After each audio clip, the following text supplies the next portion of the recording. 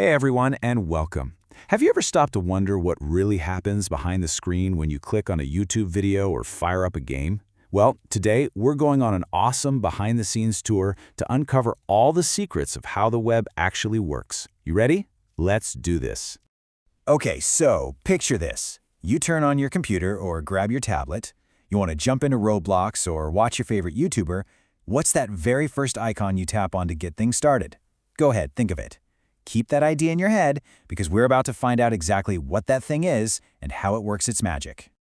You know, last term, you all became these incredible game designers using Scratch. Seriously, you made characters move, you built whole worlds.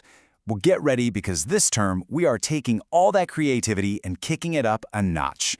You're not just going to play on the internet. You're going to build your very own places on it. How cool is that?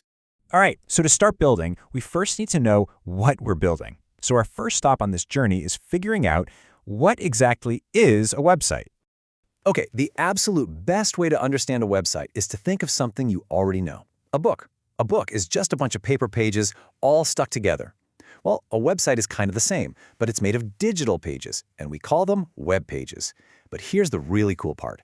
Unlike a book, these pages can have text, pictures, and videos. They can come alive.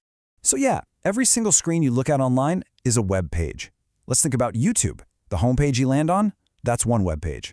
When you click on a video to watch it, boom, you've just gone to a different web page. That trending section, you guessed it, another web page. A website is just a giant collection of all these pages, linked up and ready to go.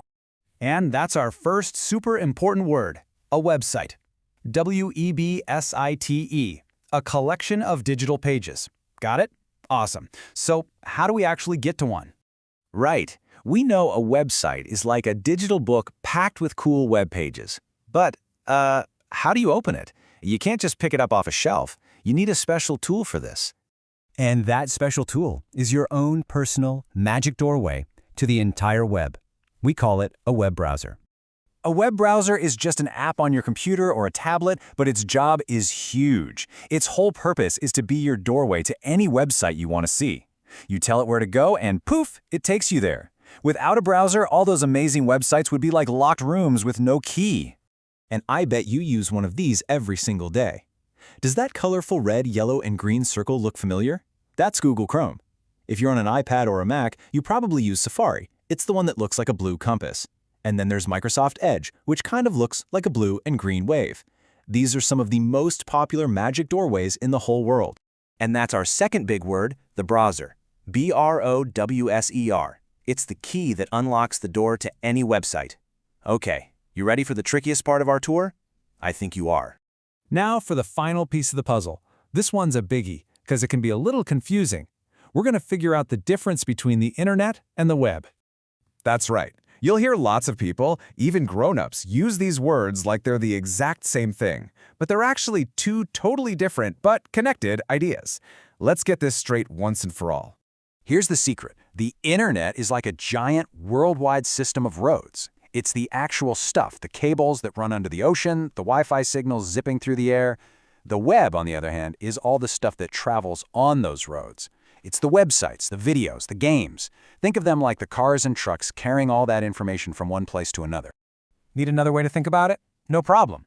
Imagine the internet is a giant set of train tracks that goes to every single city in the entire world. The web is the actual train that rides on those tracks. It carries all the information and it drops it off at different stations, and those stations are the websites you want to visit. You got to have the tracks first, but you need the train to actually get anywhere. So just remember, the internet is the tracks and the web is the train. You need both to explore this digital world. Okay, let's put it all together now. Whew! We've just unlocked the three main secrets of the online world. Now, let's see how they all work together perfectly every single time you go online. Think about it like this. Step 1. You open your browser. That's your magic key. Step 2. Your browser jumps onto the internet. That's the system of roads. And finally, step 3. It zooms along those roads to find the website you want to visit, which is your destination on the World Wide Web. Key, roads, destination. It's that easy. And there you have it. You now know the basic map of the online world.